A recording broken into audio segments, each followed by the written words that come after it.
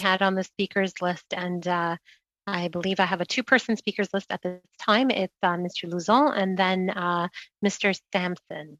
So that's all I have for now. I will just refresh the toolbar and check if they're, oh, then we have, okay, so, and then after that we have Mr. Long. So that is the speakers list. Mr. Luzon, you have the floor. Thank you very much, Madam Chair. And thank you to our technicians for having fixed the issue. Today, we have the honor of welcoming other members to the committee to help out. I think what I'm going to do actually today is give the floor to my colleagues. I believe Daryl wanted to be able to speak, and perhaps I will speak later instead, whether that has to be this evening or any other time. Thank you very much.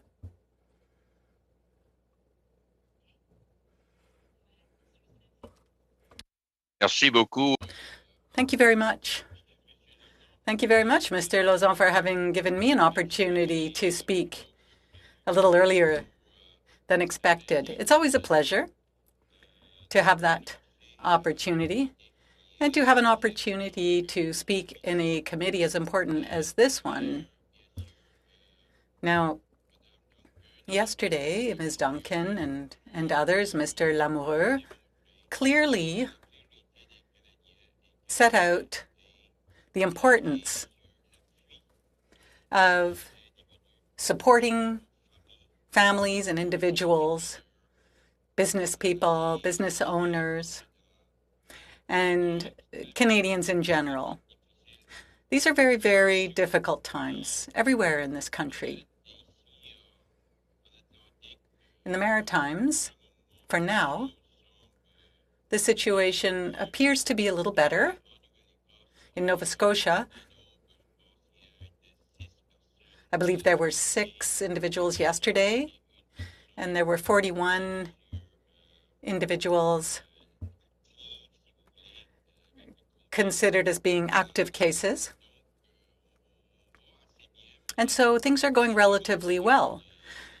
And this is because people in Nova Scotia, I believe, are complying with the guidelines and the guidelines coming from the Public Health Agency. It's truly extraordinary when you see people change their habits, change their ways of doing things, and respect guidelines. There are so many examples I could give you.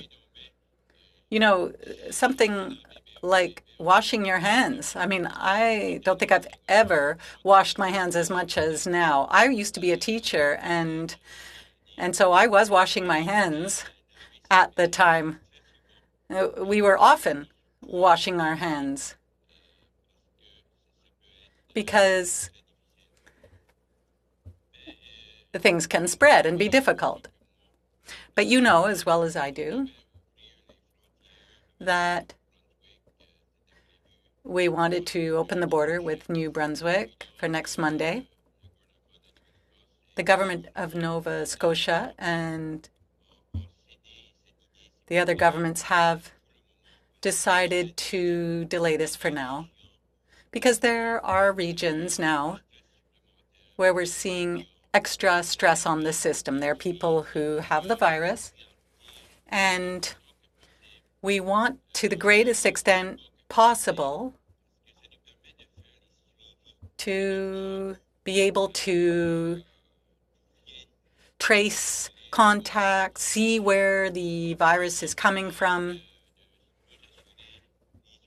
and really make sure that people can be isolated and followed up on. I'd like to give you an example. Yesterday, I had an announcement to make, and rarely can we make public announcements.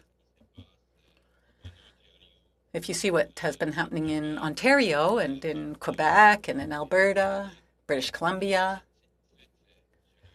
The circumstances are very serious right now, as Ms. Duncan was saying yesterday. It's truly painful to see this. People are so tired. They're carrying so much on their shoulders right now. The stress of their health and their mental health. People already have stress on their shoulders, and on top of that, there's COVID. Canadians want support. They need support. Canadians need to be vaccinated.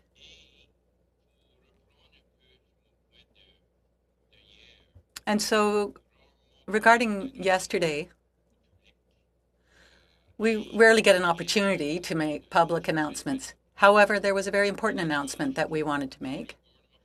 The federal government, along with their provincial partner in Nova Scotia, announced, and I was Masters of Ceremony for this public announcement, and so I really had to be completely aware, totally aware of all the technical ins and outs of this huge responsibility. But what I wanted to say was, this was outside, so we were able to distance. Yes, Mr. Kent. I'm enjoying somewhat Mr. Sampson's account of the trials and tribulations of public announcements during the pandemic, but to the matter of relevance, I wonder if he could get back to the sub-amendment that we're supposed to be debating and perhaps tell us whether he and his Liberal colleagues have urged Ministers Freeland and Chagger to respond to the outstanding invitation of the committee to appear with us. Yes, I guess you're correct, Mr. Kent. I was waiting to hear where our colleague was going with this. Although I'm very interested about the public announcement, I will remind Mr. Sampson to stay on the issue of the motion at hand and the amendment to the motion. Oh, thank you, Madam Chair. And I want to thank my colleague, Mr. Kent. Maybe, Mr. Kent, that the translation was the delay in translation didn't allow you to really see the link that I'm trying to draw here. But there is a very, very important link here because it's about, as you said, hearing. If you look at our amendment, hearing from the Deputy Prime Minister and hearing from the Diversity Minister about COVID, because if you look actually at the initial motion from my colleague Vecchio, which is really the reason that we had to prorogate. And this is all linked together. So if you allow me to maybe continue, and maybe I'll do it in English for a little ways and then I'll come back because I want Mr. Kent to really see the link as I try to draw that link clearly. So COVID is the issue and prorogation is a reason why, and I'll go into that afterwards. But this announcement was investment from the federal government, which they're doing with all provinces, not just Nova Scotia. I'd like to say just Nova Scotia, but you know, Mr. Kent, that wouldn't go well with you, and I could understand that. But this is a federal government announcement. That's part of that $2 billion in education to try to create space, outdoor classrooms, so that, again, as I was saying, we need to pivot now. This challenge, this crisis, is allowing us to better understand the gaps.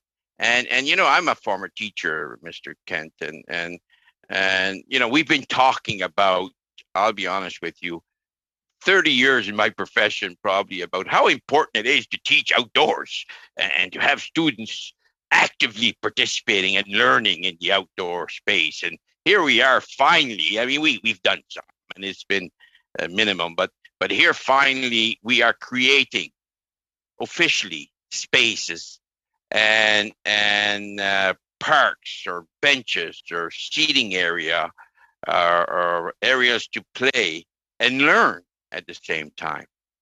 And the announcement was a contribution of $5.6 million to help through COVID in education, Mr. Kent, as you can understand. And the province was coming in, I believe, at 1.6 as well, so 5.6, $7.2 million. And what's so important about this announcement, one is we were able to do it in person, which COVID has stopped. And in Ontario, it would be a dream maybe to get that done. But we were able to do it to keep our distances, wear our mask. Elbow was the closest touching, I guess. There's no handshake, as you can understand. But it was so important because because of this COVID challenge, this will create space, official space in and this is what I said to the people in the audience, for in every elementary school in the province of Nova Scotia.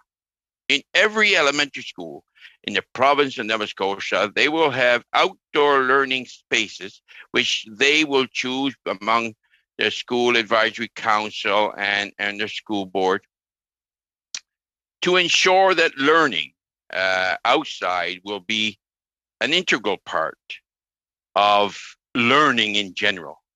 And that is extremely important.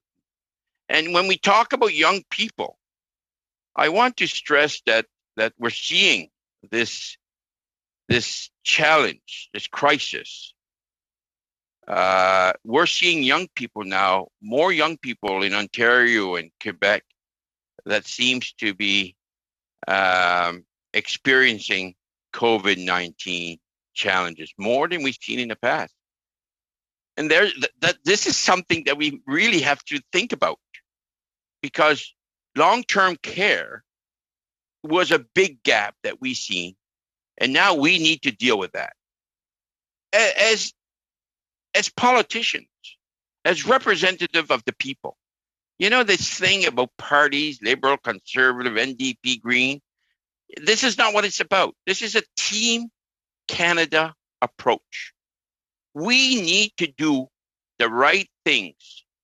And to do that is to have, you know, our Deputy Prime Minister share with us some of the key things that we have done, we are doing, and that we need to do. That's extremely important by itself. So now that I got that announcement I want to talk about prorogation, because that is actually the motion that Ms. Del Vecchio brought to the table, which is important. It is very important. I'll be very, very honest with you. When the Prime Minister announced that we were going to prorogate Parliament, I stopped for a second and I thought, why would we do that? Is it the right thing to do? Is it what Canadians would want us to do? I thought about that, and the answer was very, very clear right away.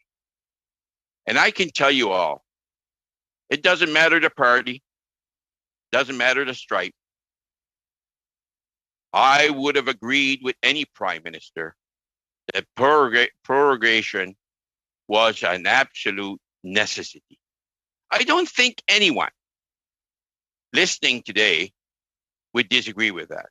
Now, I know some of my colleagues might want to punch holes in that argument, but really think about what prorogation means. It means to restart, reset, refocus. Yes. I cannot think, I guess the only other reason that might be as important would be a war. We had no choice. You know, I'm an educator by trade, as I've said before. And, you know, and we, in all our professions. I know that Mrs. Pittypot Taylor, in her work prior to being elected, we would have all had, at one point or another, had to contribute to strategic planning, to setting an agenda, to setting a vision, to setting the steps that are necessary to achieve the outcomes that we're looking for. And we would have done consultations and consultations with all stakeholders to set that plan. I like to call it the map. And who's responsible for those achievements? Well, my friends, we had no choice, because we as a country, prior to this progression, prior to this pandemic, prior to this challenge, this country, we were on the road of great success in a short period of time. My friends, what I mean by that is, in the 5 years or 4.5 years prior to COVID, I still remember, we all do, many of us, different parties. I think Mrs. Delvecchio, you might have been there, and Mr. Kent might have been there at the airport, in the airplane, in the waiting lounge, and we were going home on March 13th. And I thought we'd be back in a month. We all thought we'd be back in a month. We didn't realize the challenges that were lying ahead. We just didn't foresee. Who could have foreseen at that time? That's why, we had to reset. We knew that the priorities we had laid out following the 2019 election, we would have to have another look at that. We would have to make sure that we were not trying to continue the great economy that we had prior to March 13th. You all know the Canadians had hired over 1 million new jobs had been created by Canadians. You all know that we had the lowest unemployment rate in the history. They say 40 years, but there was no statistics prior to that. The economy was steaming ahead. We had lifted over 900,000 Canadians out of poverty. Those are major numbers. The success was clear. And we were on that track, very positive track. And then we were faced with a cement wall, a crisis never experienced before. But I say that, but I have to share with you a very important story that is directly linked, Mr. Kent, to this very important discussion. In 1918, I'm from Nova Scotia, as you know, but I'm also from Cape Breton, which is an island off the mainland. You all know that, I think. What you may not know is I'm actually from an island off the island of Cape Breton, a very small island qui se nomme l'île Madame. M. Terrien, peut-être, va venir visiter mon île Madame à un moment. Maybe you'd want to come and visit my island. Some MPs, members of the Official Languages Committee, had the opportunity to spend a few days in my neck of the woods. The reason why I'm mentioning this island, and Mr. Terrien is actually invited to come and visit, because there's a monument in the honor of the Sampson family. I wanted to share this with you because it's so important. We were faced with a pandemic, a major pandemic. Millions and millions and millions of people lost their lives. But what I want to share with you, because this is similar. There's a lot of similarities. But the island that I'm from, Almadam, was actually the island in Canada that was the most hit with the pandemic in 1918 in Canada per ratio. Now, I told you before, of course, that we only have, we had 6,000 people on the island. Now we're down to 4,000 something. Mais, Monsieur Terrien, 99% ce sont des acadiens. And for the benefit of Mr. Terrien, 99% of them are Acadians. And for those of them who are not born Acadians, are people who became Acadians through marriage. And as you know, Acadians, before the Great Removal, were agriculturists by trade. And they later became fishermen because Acadian people were deported and were not allowed to go back to their lands, back in the valleys. So they were sent to the shores, close to the sea, because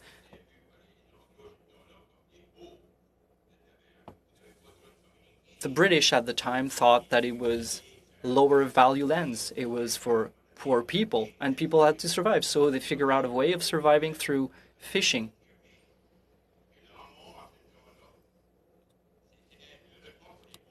And lobster at the time was the poor person's meal. And now it's something that's very fancy. The lands next to the ocean and the water is probably the richest as well. So the tables have turned, but we experienced challenges then. Families of 10, because those days there were 10, 15, 20 people in the family. I've seen families back in that generation in 1918 that lost 50% of their kids to this pandemic. This is serious. And they had their community. They had their family. But government was not as present as it is today. And that's why the struggle was even worse. Today, we have been able to support individuals and families. But let me get back to prorogation, because that's what really this motion is about. And I don't want Mr. Ken to tell me that I don't link this with prorogation, because it is crucial. But again, there's no question, a need that any government should have and would have done. I know that. And we did it because we had to. But I had to do a little bit of homework because I wanted to see the government prior to our government. I wanted to check how our friend Mr. Harper's government, which some of you may have been present in that government, but most of you not. Did he prorogate Parliament? And let's look at the importance that lied in prorogation. Well, I found out that in 2008 or 2008, if you want, the Harper government asked the Governor General to prorogate Parliament. You ask why? Well, let me share that with you. It actually happened shortly before, not after, not during, but shortly before, you guessed it, a vote of confidence that would have defeated the conservative government, the minority government. And it would have been probably a coalition between the Liberals and the NDP at the time. And supported, I might add, for M. Terrien, it was important, supported by the Bloc at the time. So he prorogated. Now, I have to weigh that. Pandemic, one of the biggest challenges in the world. 1918, pandemic 2020. Prorogate to set a new agenda. Prorogate to hide from a vote of confidence. I think this one would win. Let's go to 2009. Let's go to the next year and see how, because you guessed it, there was another prorogation. And the government of the day, Harper government, said we're faced with economic challenge. And we know there was a recession in 2008. We know that. We're not going to deny that because we're Team Canada here. We're working together. So the Harper government decided to prorogate to consult with Canadians, with the business community, to see maybe we should do some adjustment, some resetting, refocusing our priorities. Well, that's better. That's much better, I have to say. 2008, 2008, 2009. This one is better. It's still not as difficult and challenging as when you don't really, truly know what's coming at you when it's directly linked to health. But hey, the economy is up there. It's not as high as the one that we did in 2020, but it's more merit. I know Mr. Vecchio will be pleased to know that this one is much better. And I can understand the prorogation there. Then I go to 2013, if you allow me. Yeah, you guessed it again, because the Conservative did decide, the Harper government, to prorogate again. Let's look now again, because I want to go back to the question of Mrs. Del Vecchio. Am I pronouncing that Vecchio? Yeah, I want to make sure. She's a good colleague of mine. Well, we'll just start with Vecchio, with a hard Vecchio. C.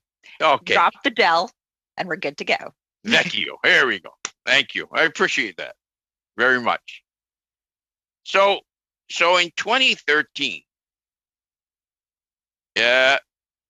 Parliament was shut down by the Conservative government, prorogation, part of this motion, to avoid question on the Senate expense scandal in the Senate, particular senator, and the PMO's office. Now, that one, I think it's gonna go back down to maybe even lower than the first one that the Conservative did in 2008 or 2008.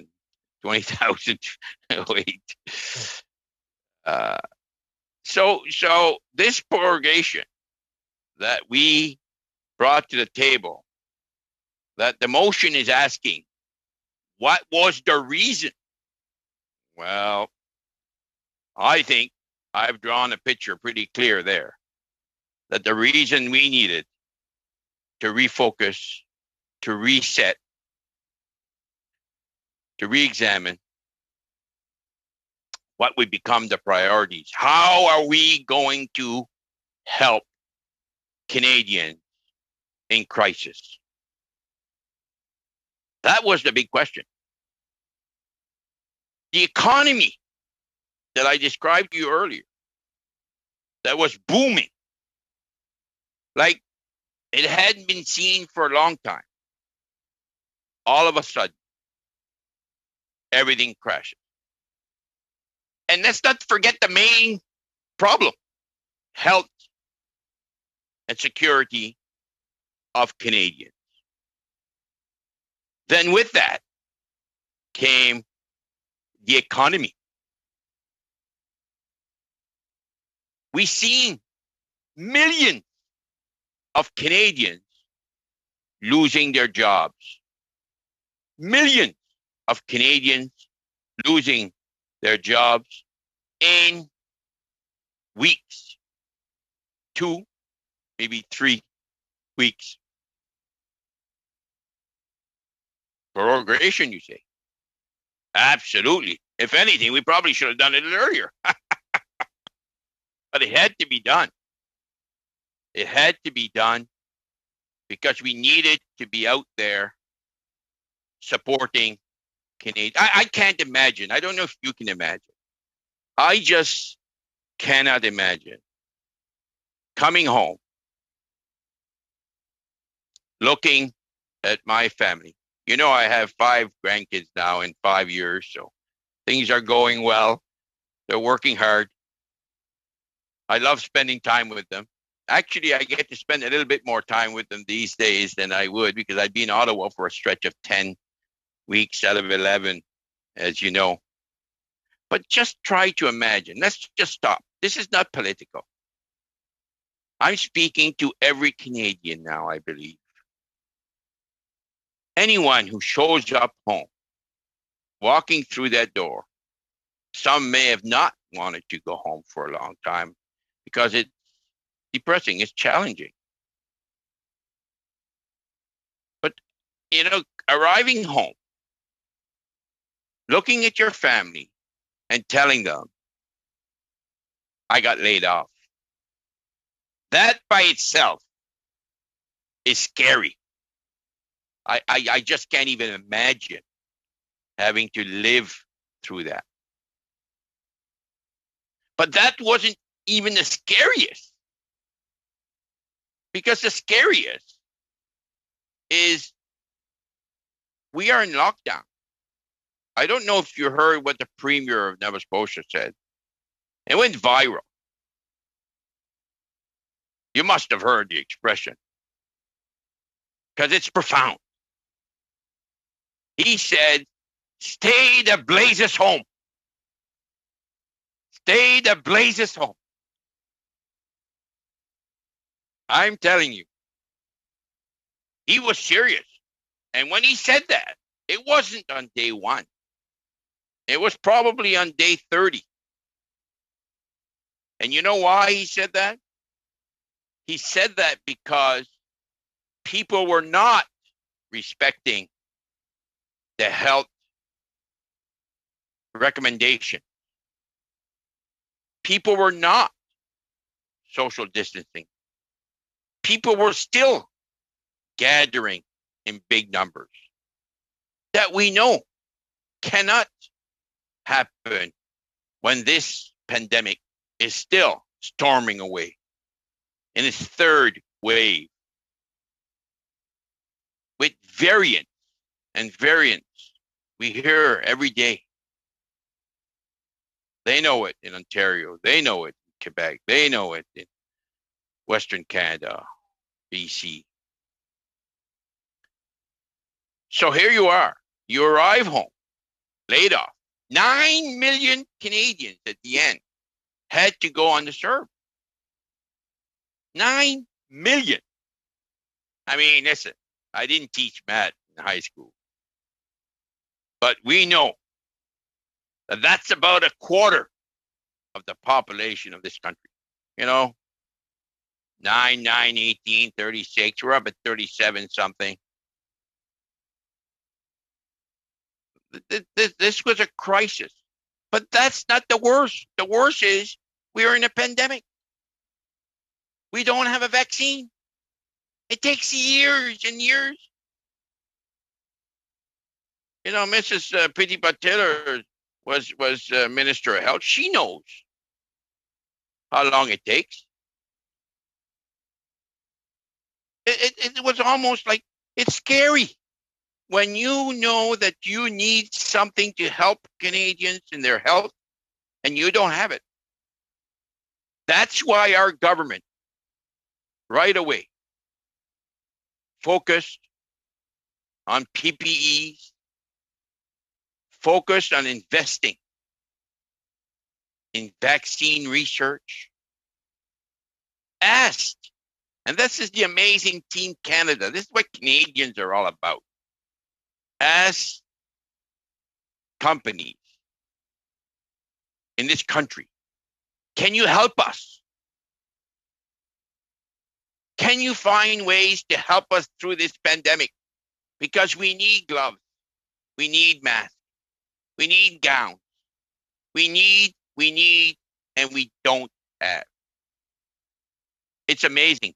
Thousands of companies in Canada, thousands, raised their hands to retool, to help. Because, you know, the pandemic wasn't just in Canada.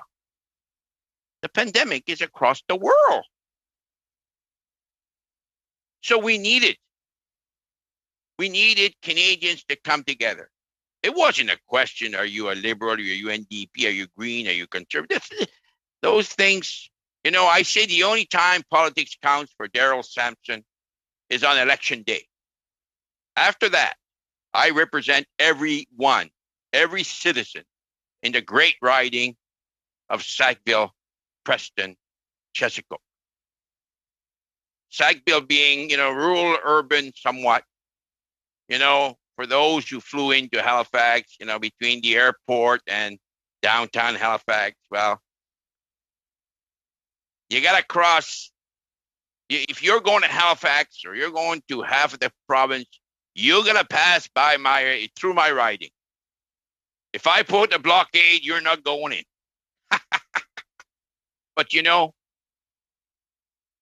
it was so important. And it was amazing how Canadians came together to help. And that we needed. But we also needed to come to the support, financial support. Stay the blazes home. Keep your distances. Wash your hands. Don't gather in big groups.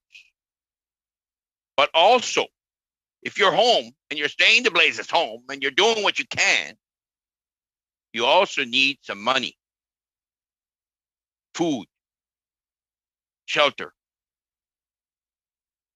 And that's another reason, which was crucial for Canadians. You know, I cannot thank doctors and the health professionals enough. If I did it every day, it still would not be enough. But I have to tell you, I also learned that the individuals that's stocking the shelves at the Sobeys or the Superstore or the IGAs or Provico, je crois que c'est à Québec. I think it's Provigo in Quebec. These people, because at the heart of the challenge, I think April, May, June last year, people were scared. They're scared today. But there's hope today. Financially, they've been supported somewhat for now. Health-wise, we got vaccines coming. But last April, May, June, people were scared to go outside. And here, when we needed food, and we made our way to the IGA, the grocery store, or wherever, and I looked in the eyes of the individuals stocking the shelves, or the cashier, I thanked them. You know, sometimes challenges are opportunities.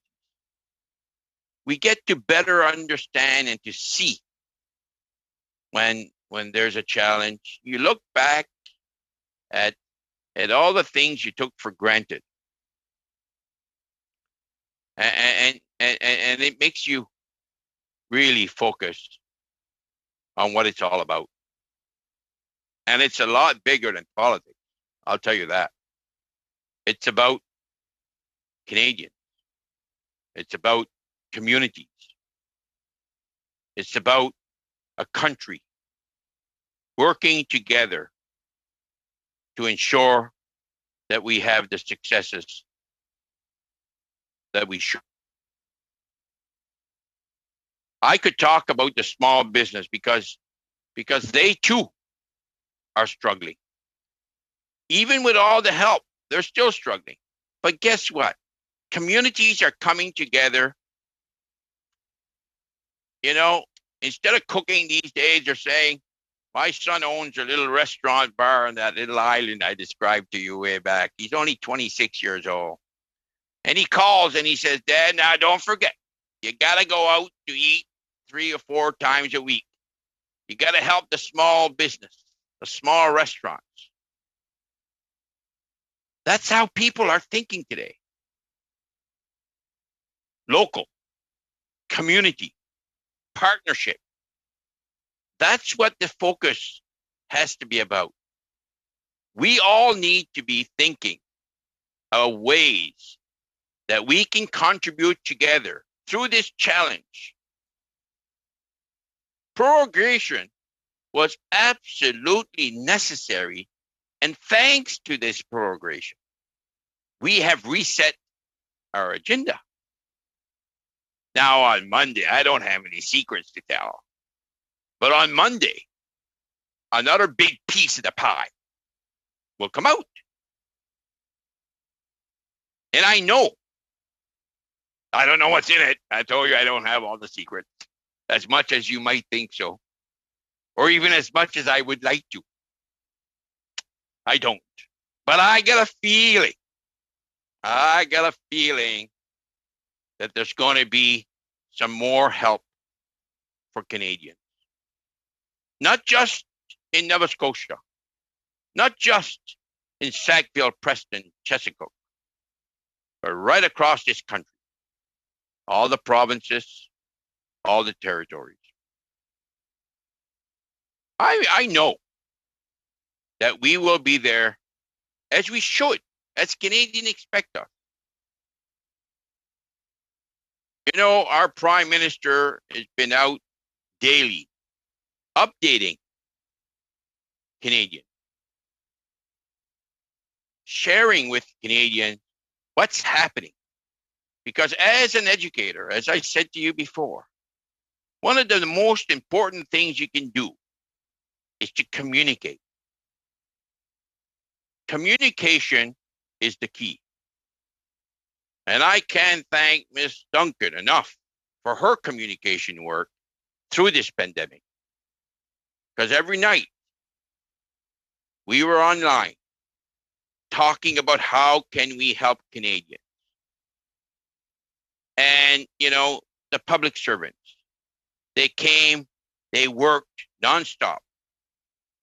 We were able to put together, we got to be talking about these things, but we're going to be talking about what do we do next? How do we get there? Where are we going?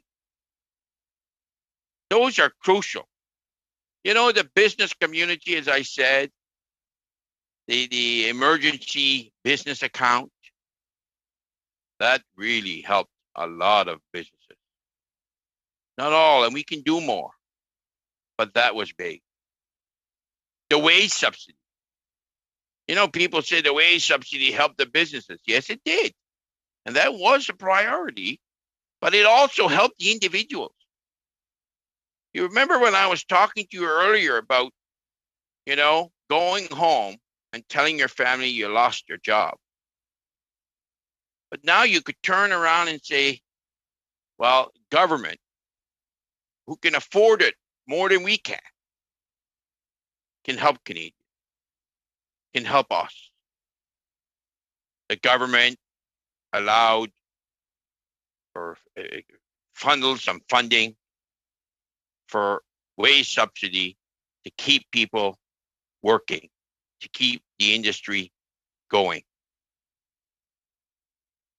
Seniors, it's been very, very, very tough on seniors.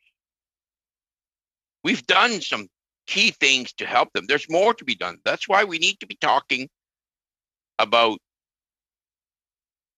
building back better. And we don't have all the answers. I don't have all the answers. But together, we will find all the answers. That's what it's about. This committee is so important to help us to move that agenda forward. Let me stop a second and reflect with you about C14, which we might be able to get on the next day or so. I'm hoping with all the individuals across this country, 338 MPs, working together to get the support out as quickly as possible for Canadians, for individuals, for families. You know, one of the key economic stimulus in Atlantic Canada to stimulate the economy because of some of our challenges is ACOA, which is the Atlantic Agency, business development and support to the economy and stimulate the economy. They need some funds to help and do their job. You know, we did have a system that where the RIF, the 3 R's and the F, where we're helping companies, those that we may have missed. Because as I talked earlier, Mrs. Duncan and many of our colleagues helped us to not only talk about the programs and the initiatives that we were bringing forward, but then how are they working? And we had MPs right across the country. Doesn't matter the party. That's the example of working together to make life better. We were all talking about, yes, that's a nice program, but this group is falling through the cracks. We're not helping this group enough. What can we tweak to improve our programs? You know, I think it made me the proudest time as a member of parliament. I felt so connected to my community because they were telling me, they were sharing with me the challenges. I was sharing those challenges with other, MPs across this country. We were sharing this with government. We were sharing this with bureaucrats, and we were tweaking programs and initiatives, tweaking them ongoingly to support Canadians. Think about that. That's what it's all about. I was elected member of parliament for Sackville, Preston, Chesapeake to make life better for individuals, for families, for communities. And we know, we don't talk about it enough, there's so many organizations out there doing so much for Canadians. Mais dans le projet de loi. So in Bill C-14,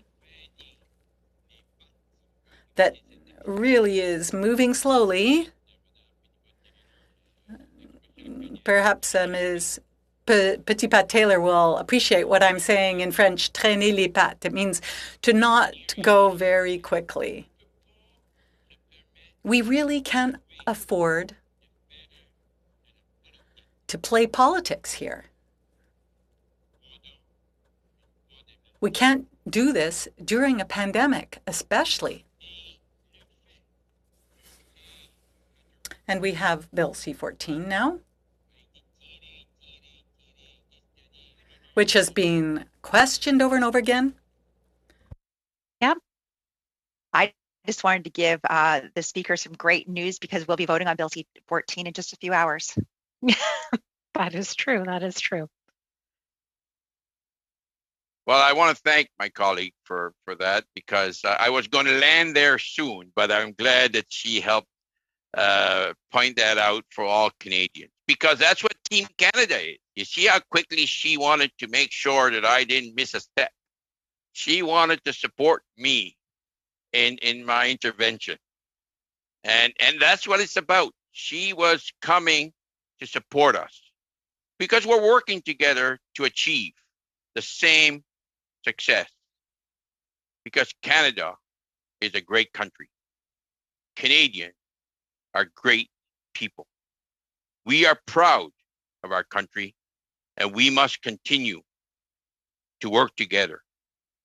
Donc, comme elle a mentionné. So, as my colleague said earlier, yes, in a few hours only, we will finally be able to vote.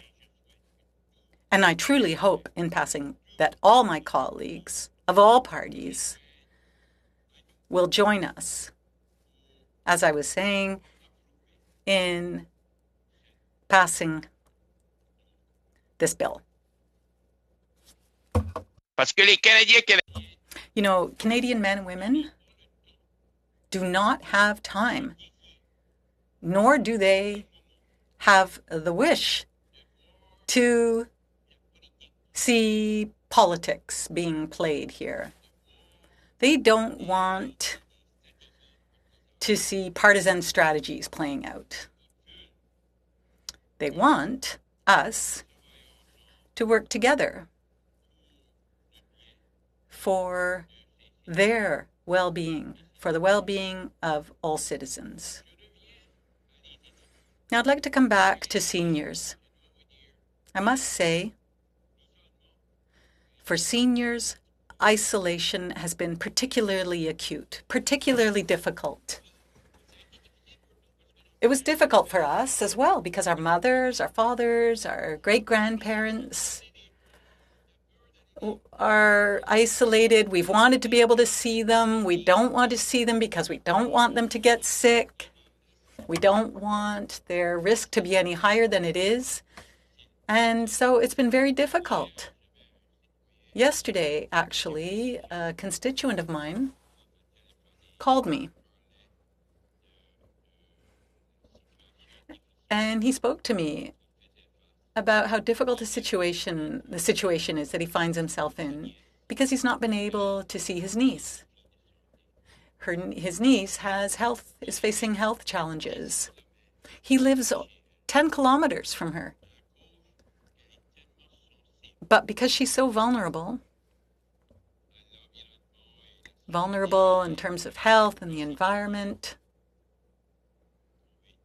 and therefore possibly vulnerable to COVID-19, he told me it's been more than a year now since he's been able to see her.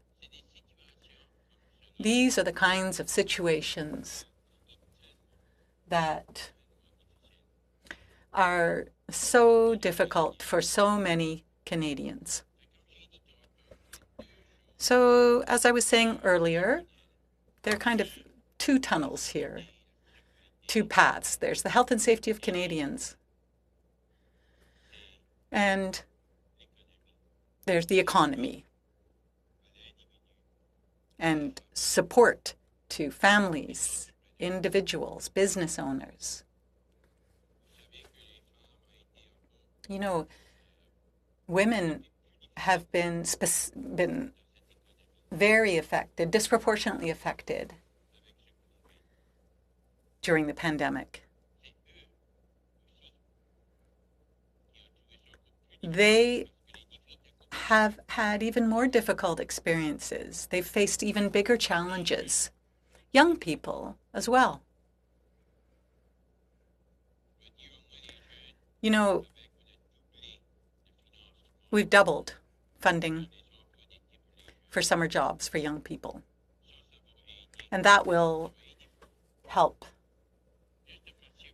many people. In my riding alone, summer jobs.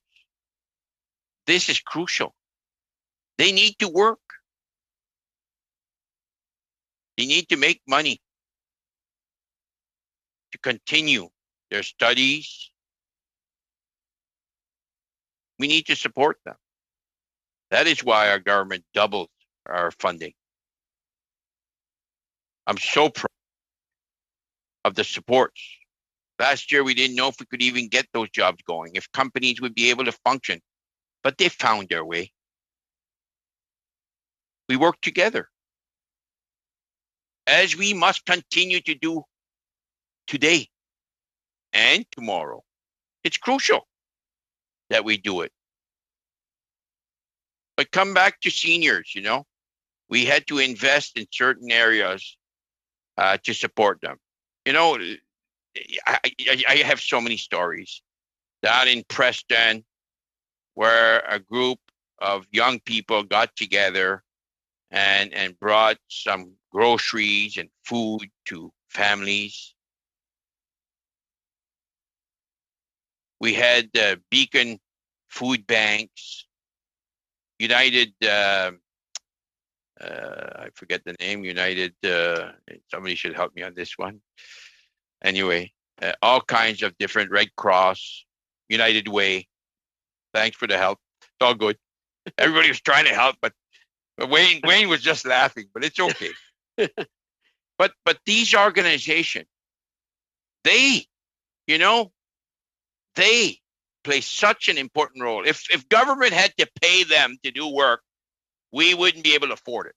They volunteer and do so much outreach, transportation for seniors, crucial.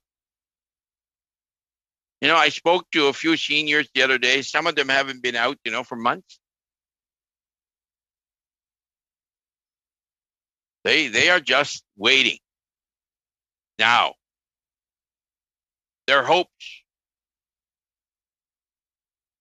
they're feeling much better today than they were feeling a month ago because the vaccines are coming. Our government announced that we would have 6 million vaccines by March 31st. I hate to say it, but some parties, the other side, said that's not going to happen. It's not possible. There's so much need across the world. We'll never get 6 million. Well, my friends, we got well over 8 million. 10 million this week. I think we're at 12 million next week. We're ramping up. And it's because of all of you and your support. And I know the opposition, you have a role to play, and you've played that role, and it's important to give us suggestions, to give us your comments and your opinions. But at the end of the day, we must govern. We must take decisions for government. And those decisions are very, very important. So going back to C14, we're going to see some help in this bill for Canadians. But my friends, the good news is also the more good news, I guess I could say, is on Monday. Again, I don't have that crystal ball, but I know that we have been consulting with Canadians. We have been listening. We've been having those conversations, putting the time in that's so crucial to help Canadians. And now we will be able to deliver a budget that will continue to support Canadians. But if we had not prorogued Parliament and we hadn't reset the agenda and refocused, and we've been doing that, to be quite honest with you, for a long time. Yes, we prorogued, but we're still working on the focusing and where should we put our priorities. And that's what the fall economic statement allowed us to start building that blueprint and start putting in action some key things that we're seeing through C14. But Monday will be an important day for Canadians. as we continue to support all Canadians right across this country. You know the old saying, from Newfoundland to Vancouver and then the territories, of course. Can't believe I skipped Nova Scotia and Saguenay, Preston, Chesapeake, but all provinces, all Canadian. And you know, when we're Canadians, we have to make sure, like when it comes to long-term care, we learned through this pandemic that there are gaps. And we need to build together national standards. And I have to say that that's where we need you to share with us what standards are necessary to make sure that we continue to support and protect seniors. Crucial. Now also, you know, veterans. I'm the parliamentary secretary to Veteran Affairs, and, you know, they are struggling as well through this pandemic. It's been extremely difficult for them. And it is our responsibility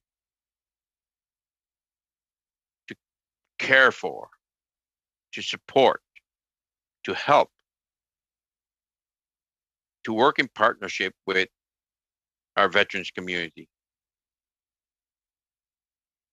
And I know that we work very hard to support organizations that support veterans across this country. It was very, very important to help those organizations stay afloat. And I'm talking about Legion as another organization which is so important. I don't know if you know, but let me tell you, there are 1,382 legions in this country. 1,382. I'm sure that each and every one of you, if we took a poll right now, you could tell me how many legions you have in your riding. But as I said earlier, I wasn't a math teacher. I've been in the profession of education for 30 years. But it doesn't take a rocket scientist to know if there's 1,382 to 1,400 legions across this country, and there are 338 members of parliament from all sides, all parts of this country, you on average have 3 legions. On average, you have 3 legions in your riding. Those legions, I have 5. Some may have had 2, but these legions, these people volunteering in legions are playing a major role in supporting our veterans and our communities every day. So government, legions were faced, they were shut down. They couldn't raise money. The Poppy Fund was getting weaker and weaker as we moved about. We had no choice. It was simple. We had to come to their support as quickly as possible. And they're one organization. There's Vets Canada, right across this country. They reach right across this country. And they're supporting veterans on the ground every day. Patriot Love. There's so many great organizations out there. And we were able to get them some support, financial support, $20 million for all those organizations, about 14 of which went to Legions because, like I said, they cover a lot of turf. And I want to thank all of you here today because it's because of you, all parties, Team Canada, that we were able to deliver that funding and continue the support on the ground for these individuals. Very, very, very important. So this C14 that I understand that we're going to vote on today, I would like to think that it will be unanimous support because there are important investments in individuals, in Canadians, in this bill. And it's already late. But together, Team Canada, we're going to get there because we need to get there. Now, I could go on for another hour if you want and talk about where our investments need to be when we talk about building back better. Because it's crucial. And this is what the committee is supposed to be talking about. How can we work together to put the programs and initiatives and create the environment, the investment environment? Mr. Long is a businessman. He knows government is not to lead, but we are to create that positive environment for the business community to prosper. We need to get out of their way to some extent for them to do that. And this is what we can do together. I would love to continue on. Maybe I'll get another chance sometimes, but I have another meeting. But this is my first reflection with this committee that I've had a chance to talk about this important motion and the amendment. And we should be focused on building back better, working together for all Canadians. For tous les Canadiens. For all Canadians, from Newfoundland, from the Atlantic, to Ontario, to Quebec, and to the western provinces, to BC, and so on and so forth. Together, we can make a difference. L'expression que j'ai utilisée pour aux gens comme... To conclude, I would like to say that every problem has a solution, and I think that together we'll find this solution. Thank you very much.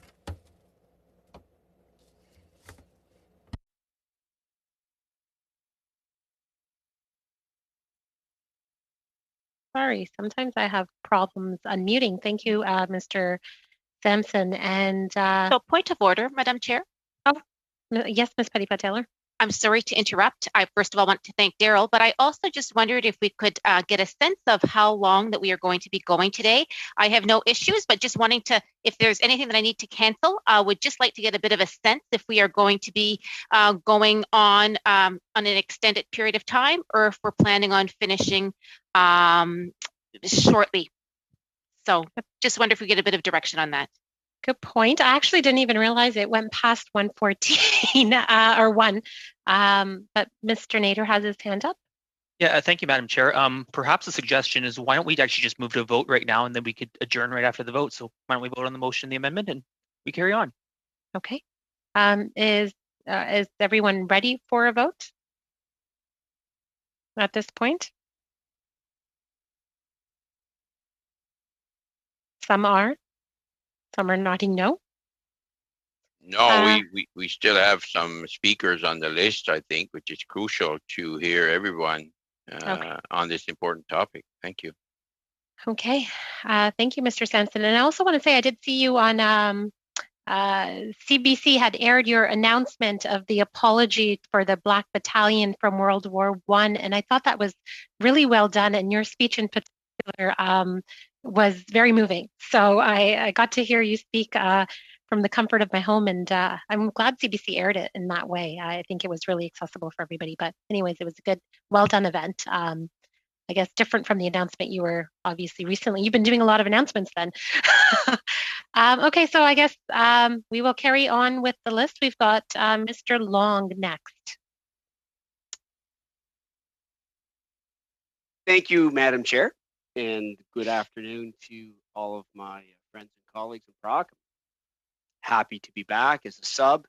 Sometimes I've been here so often I feel like a regular member. And I certainly always joke with my colleagues that I want to make sure I'm invited to the barbecues and the Christmas parties and all those things when we can all get together. And I certainly want to commend MP Sampson for that really, really moving, thought-provoking, unbelievable speech. It was really, really a pleasure to listen to you, Daryl. We may have to do that in the future when we are all together. Actually, previously, I think under some leadership of Scott Reed, actually, we did used to every once in a while meet in the parliamentary restaurant and kind of just have like an unofficial committee business meeting and just talk about, our hopes about where we want to go in this committee and what kind of work we want to do. And I've always found that the times we did that, it was really good. It was beneficial to be able to all sit together from across parties and break some bread without the pressure of a formal meeting. And anyways, maybe we can do that. Maybe it'll be a barbecue this time. Maybe if you're cooking, Wayne. So go ahead. Sorry to interrupt, but just brought back a memory. At all. I think times like that, Chair, when we can all get together, in a more relaxed, informal environment, is good. It's about team building and it's about talking to each other. If I will say, in a more non-political, environment and surrounding, I think that's healthy. And certainly in my days, St. John Sea Dogs, wonderful major junior hockey league team here in St. John, I was very, very big with team building and making sure our players could get together away from the pressures of obviously hockey and billets and parents and coaches and agents and so on and so forth. But look, I've got lots of things I want to talk about. I'm sure the Sea Dogs will come up. But first and foremost, I did want to, again, just thank MP Sampson for your speech. I mean, I always enjoy sitting around, obviously, at Atlantic Caucus and National Caucus with you.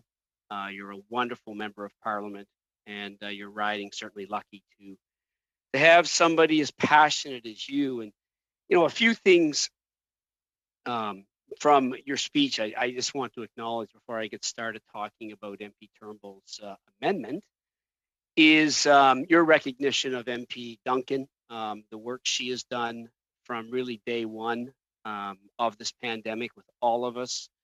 The calls, the Zooms, and just the leadership. I'll be frank.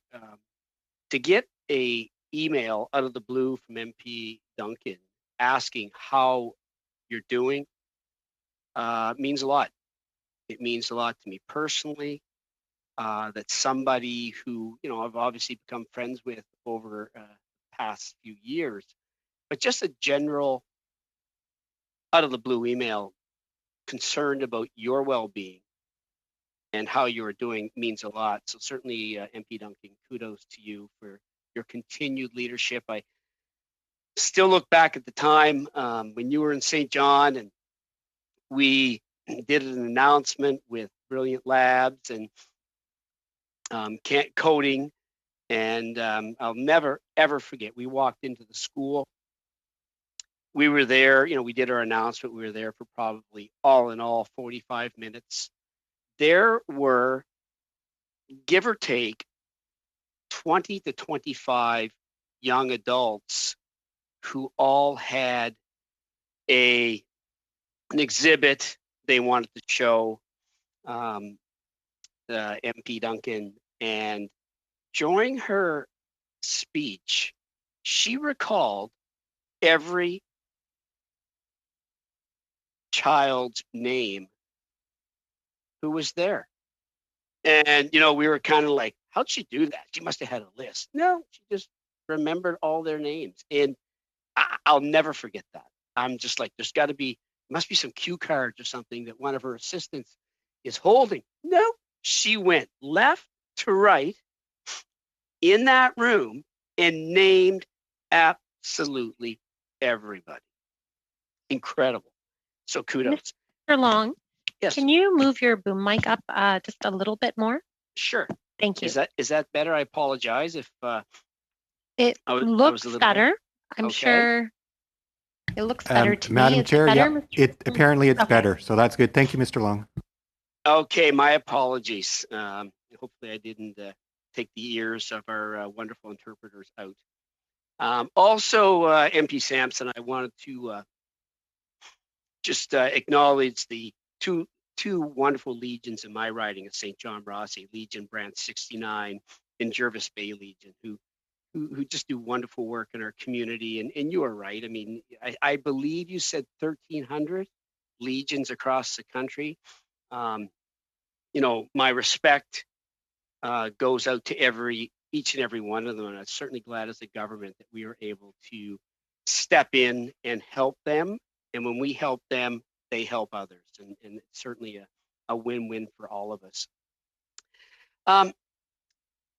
It's been an interesting day. I've given a lot of thought to, this upcoming meeting or the meeting we're at now and the situation we're in. And, I did some preparation, obviously, and certainly saw some news of the day where, a leader of the opposition came out with, his climate plan. I looked at that with great interest. Certainly, it looks like, some parts of our plan are there. Remark at the use of green screens now. I mean, the leader of the party was out in space at one point, and then he was over a lake, and then he was going through the forest, and he was in the woods, and it was actually remarkable to see. I mean, he was all over the place. And, those presentations sometimes are difficult with green screens in the background. I know certainly the leader of the opposition in the previous parliament did his, supposed climate plan at, it almost looked like Camp Crystal Lake from Friday the 13th. It was this small little lake where he did his presentation, and not to certainly harken back to movies, but I was always reminded of the movie Friday the 13th when he did that, when he did his announcement. So I want to kind of build on MP Sampson's speech. Like he said, I never want to say I was a businessman. I am a business person. I've had great success. I've been lucky. I've been fortunate. I've taken risk. I've had to, I remember leaving a somewhat secure job. I had a $10,000 line of credit. I had 2 weeks vacation. I remember sitting with my wife, Denise, and totaling up that I had about 10 weeks to make my business work. And otherwise, Denise at that point was home with our youngest son, Connor, who was just 2, and our oldest son, Christian. And I remember taking that risk. I remember, being that entrepreneur. And, sometimes people will look at entrepreneurs like they're just these risk adverse people. But that's how Canada was built. It was built with entrepreneurs and small business owners. And, to kind of link where I was as a small business owner, business person, to where I am now. And I love what I do. I I thank God every day for the opportunity I've been given to represent my riding, my beautiful riding, and its people and those who are in need, and be an advocate for those. But, being a small business owner, I had to meet payroll. I had to balance budgets. I had to, run a deficit at a time. I had to strategically invest. I had to do those things. And, I wanted to take those skills and skill sets, obviously, to Ottawa, to contribute to our government, to help with policy decisions, and, certainly add my voice, whether it be in, New Brunswick Caucus, Atlantic Caucus, or National Caucus. And then, I wouldn't say I've become disillusioned, not at all. But then, you fast forward to, my committee work, and I love what I did in HUMA, and I see MP Vecchio was a big part of our team at HUMA in the first Parliament. We traveled the country. We developed, a report, if you will, a study on poverty reduction, which certainly part and parcel of our poverty reduction strategy and our national housing strategy. And I also sat on ethics with MP Blakely. And, committees can do great work. Committees, and I was the first person who was skeptical in committees. Oh yeah, committees, whatever. You go up there and you sit and no. And I tell my constituents that no. The work of Parliament, the work, like we do work for Canadians in those committees. Great work. We help with legislation. We help with bills. We study. We are second sober thought at times. And then, and I mean, we just talked about Chair, getting together as, in a more relaxed environment, maybe to barbecue or have some togetherness and fellowship. And there's no committee that probably holds more esteem than PROC. I mean, it's a committee that a lot of MPs hold in the highest esteem. So, here we are. And, I understand that, politics is politics, and the job of the opposition is to challenge the government, to make government better, to hold government accountable. I get it, absolutely. Now, obviously, I was elected in 2015. I don't know where I am now. I guess I'm 5.5 years in. Don't feel like a veteran. Some people call me a veteran. I don't feel that way. But I think that we need to step back, and we need to understand why we are where we are. And, I appreciate very much. And, I know MP Sampson covered many, many topics and many, many issues. And again, his speech was wonderful. But in the end, we are here today. I want to circle this back. And we're talking about MP Turnbull's amendment. Chair, correct me if I'm wrong here. This is like I said, the last time I spoke, it's like insurrection. If you ever watch that, you're kind of at one layer, and then you're another layer, and you're another layer, and you're about 4 layers back, and then you got to try to crawl back up the ladder and get back to reality. Well, again, we're talking about MP Turnbull's amendment to MP Vecchio's motion, correct? And for those Canadians listening, and I'm sure there's thousands upon thousands upon thousands of Canadians that are really tuned into this.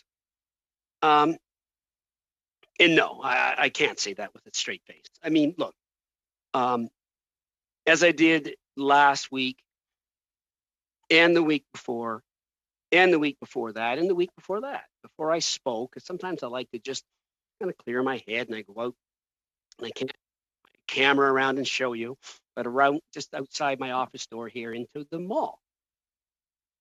It's called Market Square.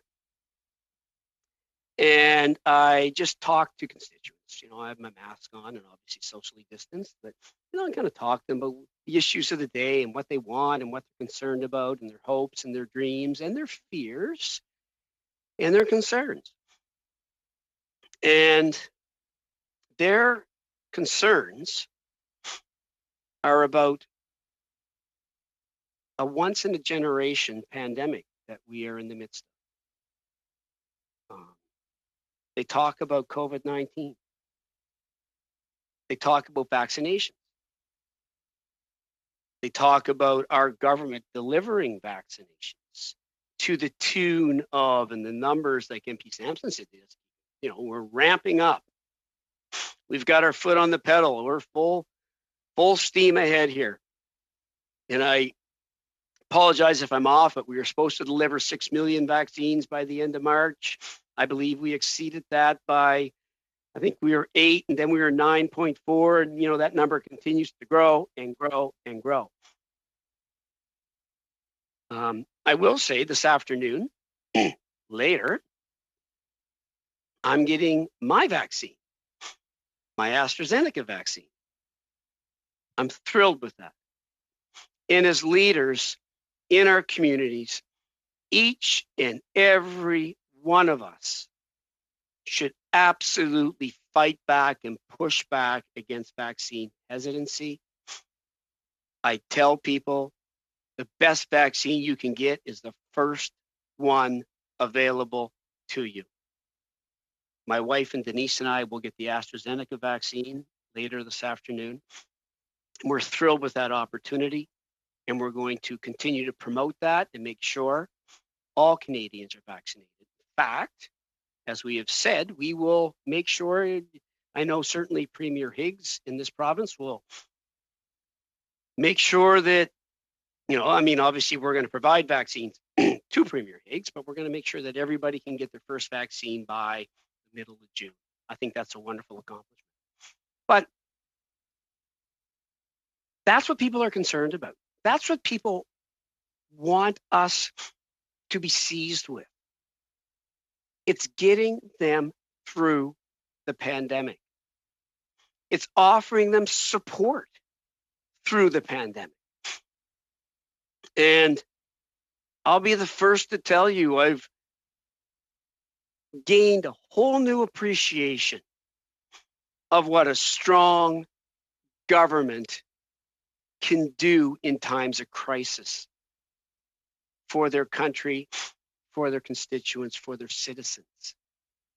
And boy, have we, as a Liberal government, have we delivered for Canadians? Have we been there when they've needed us? We've had their backs. I remember coming home March 15th, not knowing what we were going to face. I know I talked about that earlier. I don't think any of us, from any party, whether it's MP Kent or MP Nader or Van Biden or MP Sims, I'm looking around the list here. I don't think any of us were really prepared for what we faced when we all came back to our constituencies in March. The fear, the uncertainty, what we saw going on in other parts of the world. And we delivered. CERB, STIVA, commercial support for rent support, loans, interest-free loans, working with banks on mortgage deferral.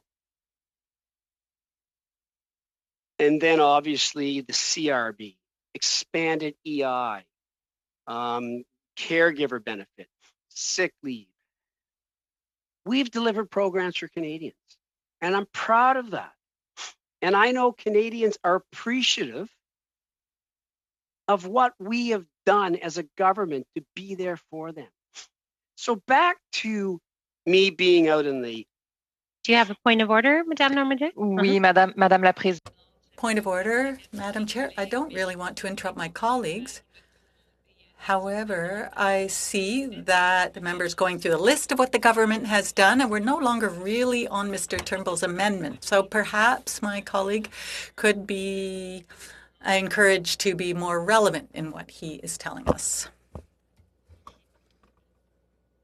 Madame Normandy, and I do encourage the member to stay relevant to the amendment at hand. Well, thank you, Madam Chair and MP Normandy. I certainly take your point.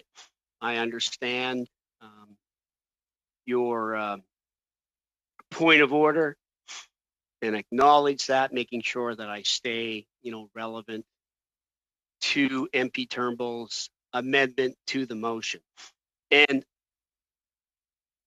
I'll just finish up with this, and then we'll get to MP Turnbull's amendment, is that the programs we've offered are what Canadians need. Canadians appreciate it. From all of us who offered support. Conservatives, the Bloc, the Green, the NDP, our own party, independents, whoever. So out of, 13, 14 people I talked to today, I asked them if they knew anything about prorogation, Conservative Party challenging it with respect to, and we're going to get to obviously the Pearl Meters, and the Kilburgers and all of this here in a second with respect to the motion. But I asked them if they were seized with that. And they're looking at me kind of like, no, why would we be seized with that? We're interested in support. We're interested, Wayne, in you advocating for more funding for this riding, for infrastructure spending, for, working with proponents on the Rapid Housing Initiative and the Federal Co-Investment Fund to make sure we can deliver affordable housing from coast to coast to coast. Like, they're the things they want us working on. So, what I did was, and I think this is important, and you'll have to bear with me, Chair, on this, but for those Canadians that are listening in today, with respect to MP Vecchio's motion, and obviously you can't have an amendment to a motion without the motion, I want to quickly go through MP Vecchio's motion and then explain MP Turnbull's amendment to it so everybody understands it in context. I think that's only fair. So MP Normandy, I hope this ties it back now to the motion and the amendment to the motion. I have them here. So, there's times when, the old adage,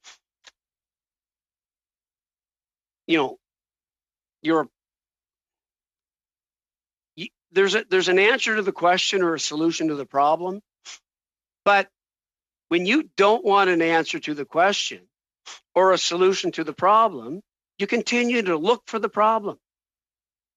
You continue to look for the question when there's an answer. You look for the problem when there's a solution.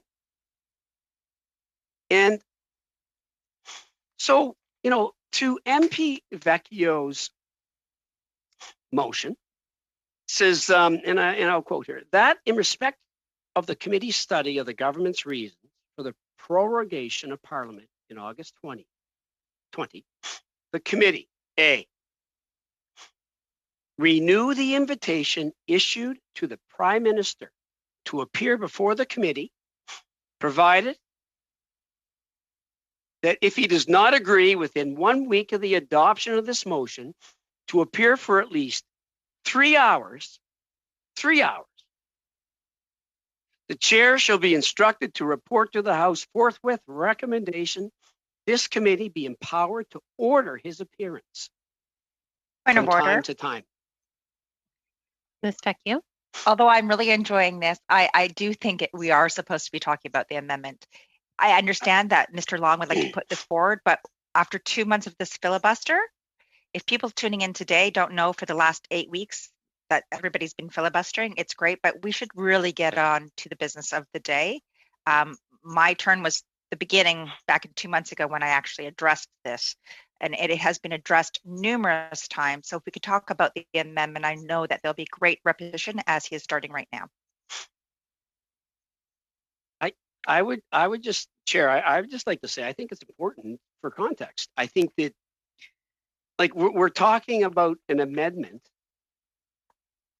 MP Turnbull's amendment to the motion, but for Canadians that are tuning in today, I think personally that this should be read in again. I think it should be read in each and every time that we go back to discuss an amendment to a motion. Canadians could be sitting there right now saying, well, an amendment, okay, well, there's the amendment. So when I talk about the amendment by, and I'm going to get to this, by deleting paragraph A and by replacing paragraph B with the following, like, Canadians are like, what's he talking about?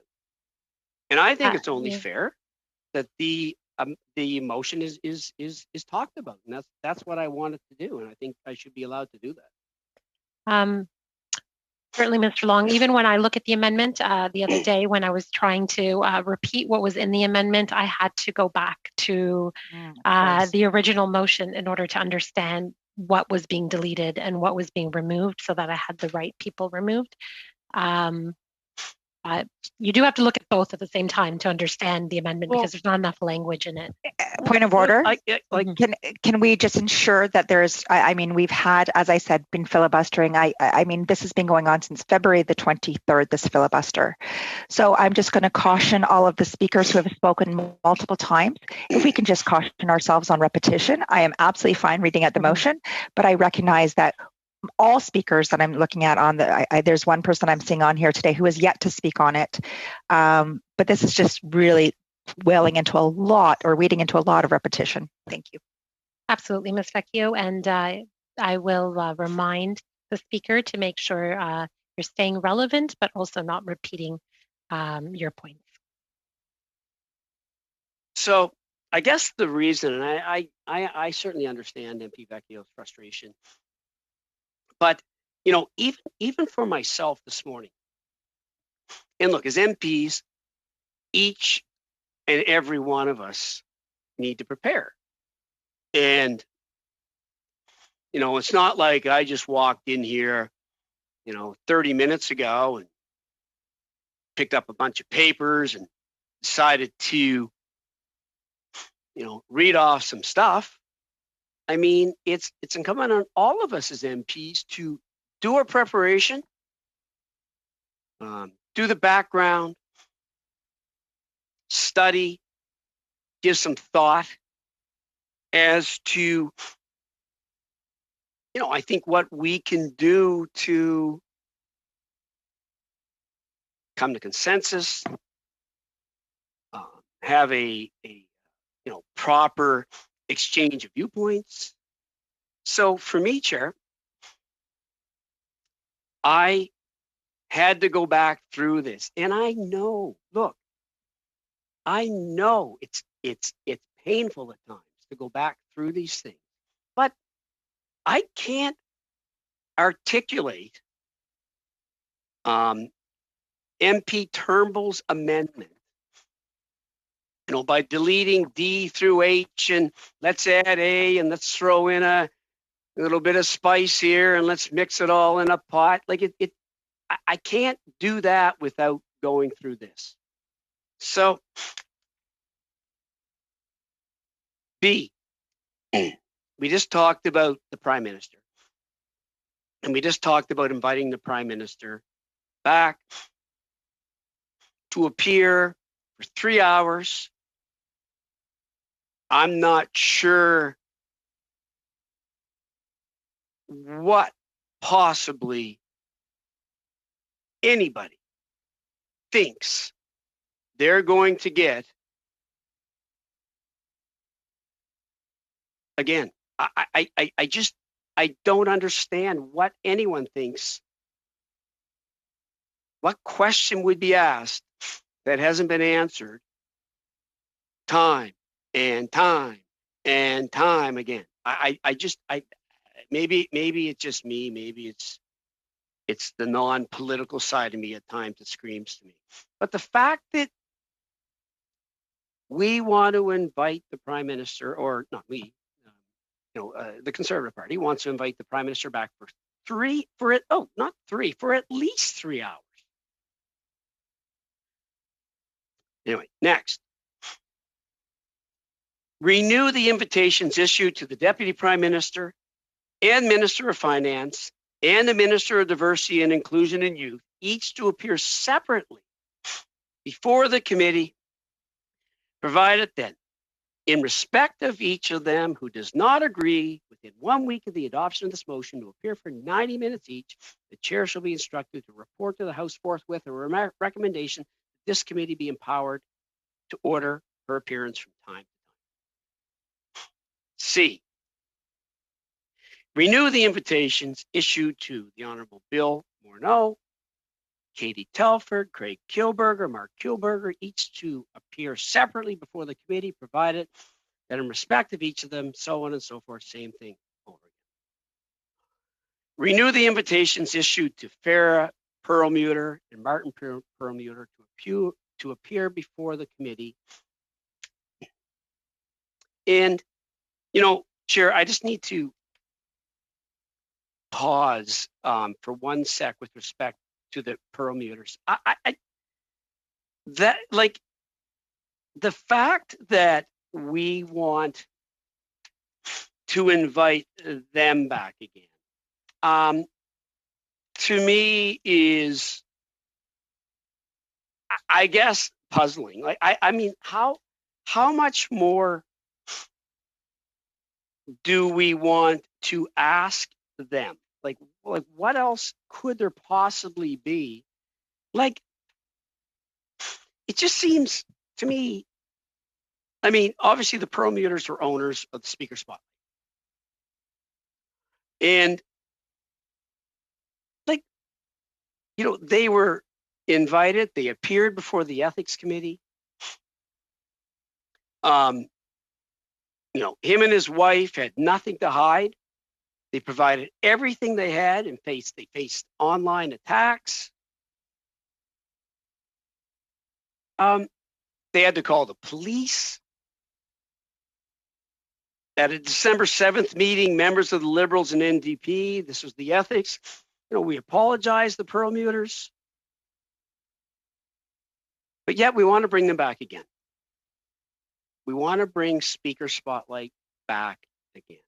Mr. Perlmutter, he co-founded Speaker Spotlight. It was 25 years ago with his wife. And, since all of this, they've been harassed, employees intimidated, they've been threatened since August. So, but yet we want to invite them back. And the same thing, to appear for 90 minutes. It's not 3 hours, 90 minutes. And then next, E, issue an order for the production of all memoranda, emails, text messages, documents, notes, or other records from the Prime Minister's office and the Privy Council's office since June 25th, 2020, concerning options, plans, and preparations for the prorogation of Parliament, including polling and public opinion research used to inform the decision, so on and so forth. Next, issue an order for the production of records of all communication between the government and any of We Charity or affiliated organizations, Kielburger, Mark Kielburger, Speaker Spotlight since, so on and so forth. G, issue orders to We Charity, including affiliated organizations, Craig Kielburger, Mark Kielburger, and Speaker Spotlight for the production memoranda of all emails, text messages, documents, notes, and other records concerning the prorogation of Parliament, provided that these documents shall be provided to the clerk. And last but not least, H, all documents provided to the clerk of the committee in respect to the paragraph E to G shall be published on the committee's website, so on and so forth. So let's look. You can bring motions forward. It's within the rights of any MP to bring motions forward like that. But we're MP Turnbull, I know, and I respect him so much. He wanted to compromise. He wanted to find some common ground because he recognized, and look, let me say this, for a newly elected member of Parliament, MP Ryan Turnbull is as good as they get. He is sincere. He researches. He cares. He has depth. What a wonderful, wonderful addition to not only our party, but to Parliament as an elected representative. So, I know MP Turnbull has consulted other members of PROC about a compromise, something that was arguably middle ground.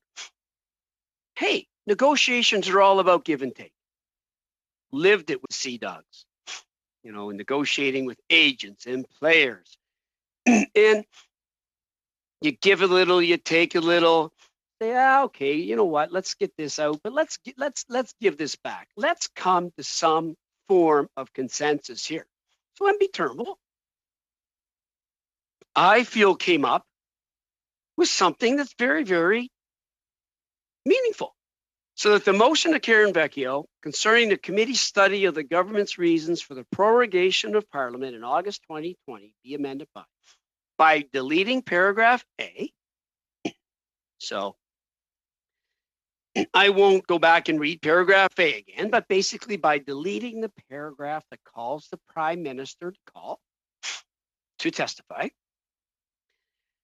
by replacing paragraph B with the following: renew the invitations issued to the Deputy Prime Minister and Minister of Finance and Minister of Diversity, Inclusion and Youth, each to appear separately before the committee for at least 90 minutes, and by replacing paragraph C with the following: renew the invitations issued to the Honourable Bill Morneau, Craig Kilberger, or Mark Kilberger, each to appear separately before the committee for at least 90 minutes, and then deleting paragraphs D through H.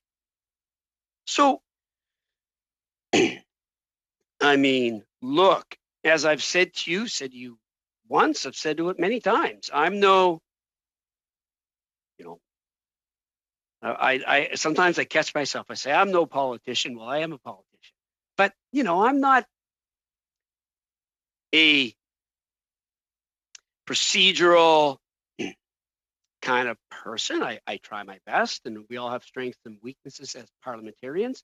But I looked at that and said, that is a very, very valid compromise. Very valid compromise. That there's still people called to testify. Prime Minister's already on record. Excuse me. The opposition parties can interview or ask questions, but no, not acceptable. And so here we are. And where do we go? And I thought,